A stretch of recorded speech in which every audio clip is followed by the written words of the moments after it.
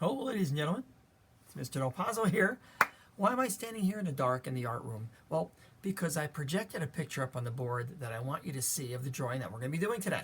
So what I'm going to do is I'm going to get out of the way so that the camera can darken a little bit and that you can see my board a little bit better, okay? This painting right here is called The Scream. The Scream by an artist named Edvard Munch.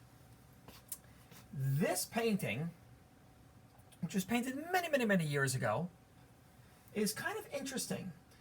For one thing, it was stolen not once, but twice out of a museum. But don't worry, they found it both times. I don't know why it was stolen so many times. People wanted it so bad that they stole it. But they kept finding it and getting it back in a museum. And this painting back in 2012 was actually sold at an auction. An auction is when people come in and they sit down and they raise their hand and say $10, $20, $1,000, $1 million. Well, this painting was sold to a private person and a private investor from New York City for over $119 million. So keep practicing and keep painting. You can sell your pictures for $119 million. So this painting is actually owned by just a regular person. It's not owned by a museum anymore. $119 million. It's one of the most famous paintings ever.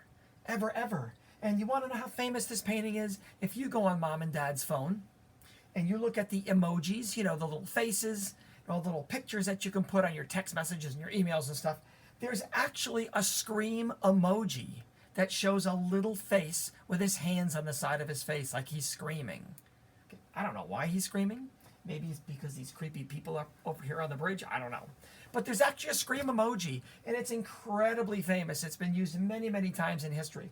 So before we started drawing our scream, I just wanted to project this and show you what the actual real scream looks like. So we're going to be drawing our scream person, you can see here. And we're going to draw the fence. And we're going to draw the water behind it in this, what looks like a little island to me, and a really colorful sky and the road going down. And we're going to put our hands up there, and I'll show you, once I put the lights on, you'll be able to see the student examples a little bit better. And we're going to draw our own little screen person. So if you want to take a quick little screenshot of this right now, you can. Or you can just Google it later if you want to see what the colors look like when you're coloring your screen.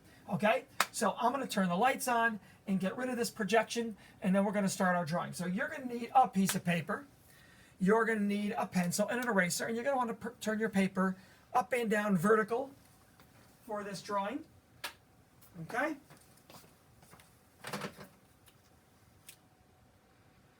There we go. And you can see I've got two very nice student examples, one on each side.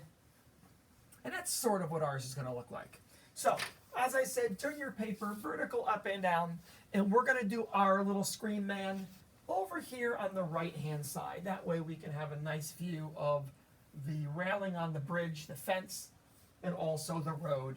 So I'm going to start my screen head on the right, but about up and down, about in the middle. So right about here, okay? I call him light bulb head because that's kind of what his head looks like to me. It looks like it's shaped like a light bulb. It's round on top, and then it slowly curves and gets smaller at the bottom. So I'm going to make my head probably right about from here to maybe there. That way I'm going to have enough room to draw his body and his arms and his elbows going like this. So what you're going to do, as always, you can pause this drawing whenever you want. You can stop it. You can rewind it and look it over and over again. So I'm probably going to go a little bit quick. Otherwise, we're going to have a 50-minute video on our hands. So feel free to pause it and rewind it anytime you want. So I'm going to draw a nice big head that's round on the top. And you can see that I'm slowly curving and getting small and then back to big. So there's really no corners at all on that. And you can see it kind of looks like a light bulb. He's got two nice big eyes. He's scared, right? He's screaming. So So 2 nice big eyes on the top. And then in the screen, he's kind of looking down into this corner. So I'm going to put my pupils right down in that corner, because wherever we put those pupils, that's where he's going to be looking. If my pupils are on the top, he'd be looking up. So I want him to look down on this corner of the paper. You don't have to color in your pupils yet. I have a black marker, so I'm going to color mine in. You're using a pencil. Maybe you want to outline it with a marker later. His nose, really simple, really simple. 2 little curved lines, and then 2 little nostrils. Very, very simple. Now he's screaming, so I want to make his mouth big. But I want to make it, it's kind of a creepy painting, as you saw. Everything's wavy and curvy, and he just kind of has this really creepy scream on his face. So I'm going to make his mouth kind of like shaped like a peanut. It's going to be round on the top, it's going to get a little skinnier, and it's going to get big again on the bottom. So I'm going to make it as big as I can. And I think that little curve in the middle just kind of gives it kind of like an extra creepy look to it, which is a good thing. We want our scream to be creepy. Now his hands are on the side of his face when he's screaming. So his hands are going to start right about, I would say, kind of like in the middle of the eyes, sort of. And I'm going to curve around. He doesn't have any fingers, so it's really easy to draw. I'm going to follow the curve of the face. See how I'm curving in? Because that's what my face is doing. And I'm going to go and finish a little bit lower than my chin. And I'm going to do the same thing on the other side. Follow the curve. And then kind of go. Once I get to the straight part of his face, then I'm just going to go straight down. Notice these lines do not go in. They go perfectly straight down. We don't want those lines to be close together, because we have some sleeves that we have to make for his clothing. Okay? I need to make the other side of his wrist or his arm. So I'm going to come right to the side of the face and just go straight down. The side of the face over here and go straight down. I still need a little bit of room in there, so we don't want to be too close. Okay?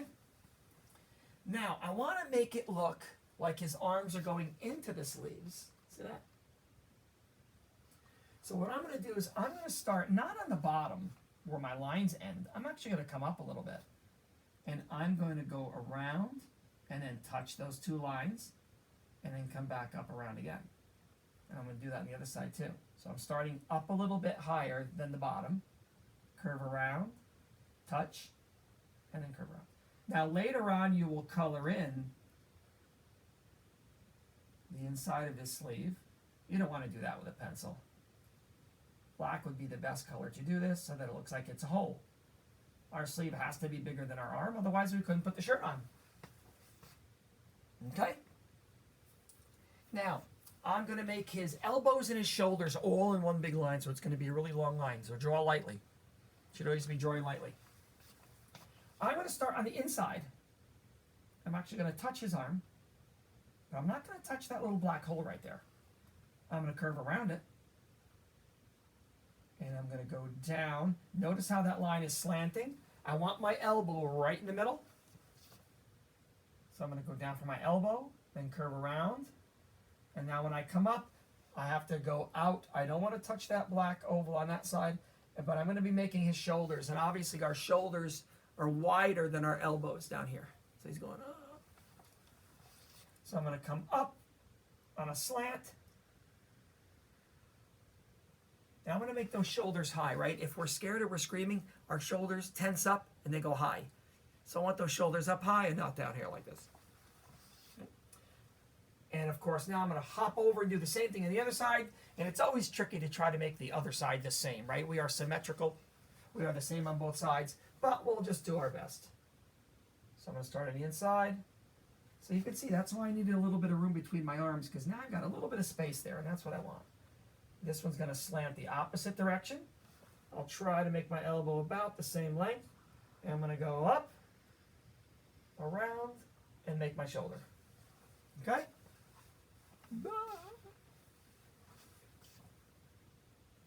I do need to finish the other side of the sleeve here and here, because I don't have the other side. So what I'm going to do is I'm going to make a line that curves around that black oval, and it's just going to kind of go down and end. just kind of ends nowhere. Kind of like a backwards question mark. And then this side, I'll curve around it, and I'll just kind of go in. And that way, this is the sleeve of his forearm, and then this elbow goes around and turns into the shoulder. Okay? I know I'm going very fast, but feel free to pause it and rewind it, because it can get a little bit tricky. It gets a little bit confusing in there. And now I'm going to make my body. I want to keep that, everything we do is going to have that curve to it, that creepy little wave to it. So I want to do the same thing for his clothing. Now my elbows are very close together, so I'm going to put my clothing out here. If I put my clothing inside here, it's going to look like he's on a popsicle stick. A Mr. Scream a popsicle bar. So I'm going to go on the outside here, and I'm just going to give a little bit of a curve. Not a lot, just a slight curve. And I'll start out here, same thing. Slight little curve, and that's going to go all the way down. No. Now, he's standing, as you saw in that projection, he's standing kind of like on a bridge. So I'm going to make a fence that goes down there, but first I need to make my road. So what I'm going to do is I'm going to go about halfway between the bottom of my paper and the top of my paper, which is right about there. And that's where I'm going to start my road. And I'm going to go diagonal almost to that corner right down there. And of course, I don't want to draw in front of my screen. So I'm going to stop, hop over, and go just a teeny bit above that bottom corner right there. Okay. Now we're going to make a fence. Fence can be a little tricky because our road is slanted. So you'll notice that on the fence, the posts are vertical, straight up and down. Right? So what you're going to want to do, you're going to want to turn the post like that, right? Because you know the post is a 90-degree angle to the road. But our road is slanted, so we don't want to do that. So I want to make sure my post is straight up and down. So when you make your post, don't look at the road when you make your post. You want to pay attention to the side of your paper. That's the vertical line that we want to copy. So we're going to make a post. We don't need to make too many of them. So I'm going to make a post right there. And I'm going to hop down about halfway between my post and my shoulder. And I'm going to make another post right here. And I'm going to hop down the other side. I don't have a lot of room on this side, but I think I have enough where I can just make like part of a post. And the reason why these posts are bigger is because when things get close to us, they get larger. So this post is close to him, he's close to us. That post is kind of far away, so I'll make it a little smaller. So if you want to make more than 3 posts, you can, but that's completely up to you. The more posts you make, the more work it is. Now I'm going to have a railing, right? The railing is what goes between the posts to prevent somebody from falling off our little bridge. So what I'm going to do is I'm going to make 2 lines for a top railing and then 2 lines for a bottom railing. So I'm going to start right here, just go 1, 2, and I'm going to drop down a little bit, 1, 2. And I'll hop on the other side of the post and make 1, 2. There's a space in the middle of the post. It's not a solid post, it's a top railing and a bottom railing. And then I'll make this one, it's going behind my screen guy. So I'll just make it to there. And then I will come down here and just do a 1, 2, and then hop down a little bit, 1, 2. I know it can be a little bit confusing, but when we're done, we'll talk about how we're going to color it in a sec. Right, so there's my little railing behind my guy. And then I've got that island. If you remember that little island up here, it's kind of a creepy little island. And it kind of looks like a sock puppet to me, so I call it Sock Puppet Island. So it's kind of like this. So just above my fence, I'm going to kind of go out and make a creepy little sock puppet island. That kind of has that creepy wave to it. And then just so we can remember to color wavy, I'm just going to do 2 or 3 lines in my sky. My nice big colorful sunset sky. In the painting it was red and orange and yellow, really colorful. Okay, so that's our screen. So let's talk about how we're going to color it. How you're going to color it. Now, there's lots of different ways you can color this. You can use colored pencils, you can use crayons, you can use markers. If you have paint, you can even watercolor it if you want, or you could do both. You could color him with crayons and the fence with crayons, and then you could watercolor the background. So this is our sky up here. Our sky comes down to that line. This is all water that goes around him and around the island, and even between our fence. This is our island, and this is our road. So when you color in the fence, we colored our fence in brown, so it looked like a wooden fence. This post would get colored, our posts. And then that would be brown, because it gets a little confusing. That would be brown there. So the railings are brown. This right here is not a railing. That's actually peeking through and looking at the water behind it. So our water is actually going to go from up here, where our sky stops, all the way down here and here, all the way to the road. And then, of course, this would be my fence here. That would be my fence. And then my post would be right there. You might be able to fit a little bit more of a post on that side. I don't have a lot of room over there. Okay, so his face and his arms, which comes all the way down to here, would be kind of a skin tone, whatever skin tone you want to make for him. And then his eyes will stay white. The inside of his mouth would be probably like either red or pink or something like that, inside of a mouth color. And you'll notice on here, well, that one's kind of hard to see, but on this one you can see it a little better. What we did was we just took a pencil. I'll use a different color. We took a pencil and we just very, very lightly made like some wavy lines. And then we colored that in with two different colors. You can pick whatever two colors you want. That person used light blue and dark blue. This person used pink and purple. This person here, this one's actually not done yet. You can see it's white down here. But they used purple and blue. They used markers. And then I love the wavy lines. We'll talk about that in a second that they did. That's why I wanted to show you that even though it's not done yet. So then you would do stripes. So maybe this one's pink and this one's orange and this, whatever you want to do. Two colors, and his clothing will be kind of stripes, and his sleeves will be striped too. Okay? The road, well, it's a dirt road, so brown and black. This person used kind of like brown and orange and red for the road. This person mixed orange and brown. So you're probably going to want to blend colors on top of each other for that. Crayons are good for blending, markers not so much. And then the island would be kind of like sand, so that would be like maybe a peach or yellow, or you can even mix peach and yellow together if you want. This person over here mixed peach and yellow. And then your sky, this person just wavy red stripe, wavy orange stripe, wavy yellow stripe. You could do that if you want, keep it simple. You could blend the colors together like they did up here, over here. It's a nice, colorful, bright sunset. And then everything else that will be left on your paper, which will be from your sky all the way to your road, will be the water. So this person kind of blended light blue and dark blue together. But you can also, if you want, take your pencil and very lightly draw some, remember, they're swirling around the island. They're swirling around our scream's head. And that's what this person did. And then, because it's water, he took like a bluish green and a dark blue.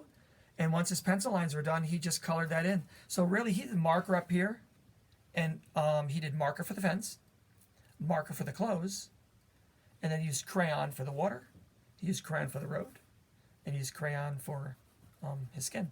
So you can mix. We call that multimedia, using different materials on the same piece of artwork. Okay? So really, when you're done, the only thing that's going to be white is going to be those eyes. It's the only thing that's going to be left white on your paper. Okay, so week one, you will draw it. It will probably take you almost the whole art period of your art time to draw it out. And then the next art class, when we have art, and when you have art, you will color it in. You might not be able to color it in all at one time, so that's perfectly fine. However long it takes you. And don't forget to send me the pictures in Seesaw, and I promise I will comment back on your finished screen, and I can't wait to see them. If you guys need paper, my remote learners, if you ever need any kind of paper, maybe you only have a little tiny piece of copy paper, I will be happy to give you a nice big piece. Do I have a nice big piece of paper to show you? Well, this size. Because a lot of our drawings we do would be nice to have them on something this size. So if you would like some drawing paper, there's a couple things we can do. You can have mom and dad send me an email, my school email address, mdelpazzo@germantowncsd.org, and say, I would like for my son or daughter, so-and-so, to get some paper, and I will be happy to take a bunch of pieces of paper. I'll roll them up, I'll put a rubber band around them, put a Post-it note with your name on it, and I'll put it right down in the entrance, our new entrance of the school, down by the front office. And you can just walk right through the front doors, and there's a little table there where students pick up their work, and you can pick up some paper, and that will keep you going for quite a while. Or, if you can't make it into school, mom and dad can't swing by, if there's someone that's going to school right now, maybe you have a neighbor, maybe your neighbor is in school right now, and you want me to give the paper to them, and then they can just drop it off to you, we can always do that, whatever's easier for you. So if you don't have, if you're stuck doing all of your drawings on little tiny copy paper, don't. Mr. Delpazzo's got all the paper you need. So let me know, and I will be happy to get some paper together for you, and either leave it at the office to get picked up, or you tell me who to give it to, and I will give it to that person, and they can drop it off to you. Whatever is easier for you. Okay? So, work on your screen. Can't wait to see the results, and I will see you later. Miss you guys. Bye.